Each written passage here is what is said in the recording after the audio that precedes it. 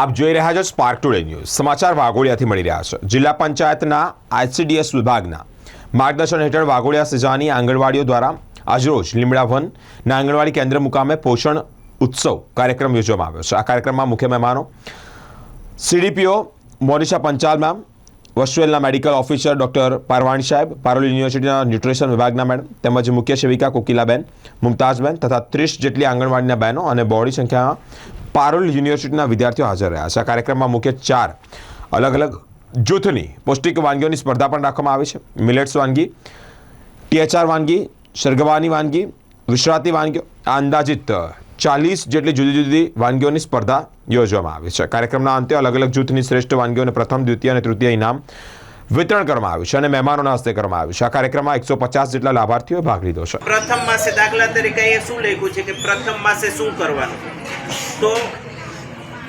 શીતળ દૂધ થોડી માત્રામાં વારંવાર લેવું। ઘણી બધી બહેનોને આ કદાચ નહીં જ ગમતું હોય, હું ઘણી વાર કહું, જે કંઈ પણ પેશન્ટ આવે તો એમ કહું કે દૂધની સાથે આ લેવાનું, તો એનું ખાલી એક શું હોય છે કે દૂધ નથી।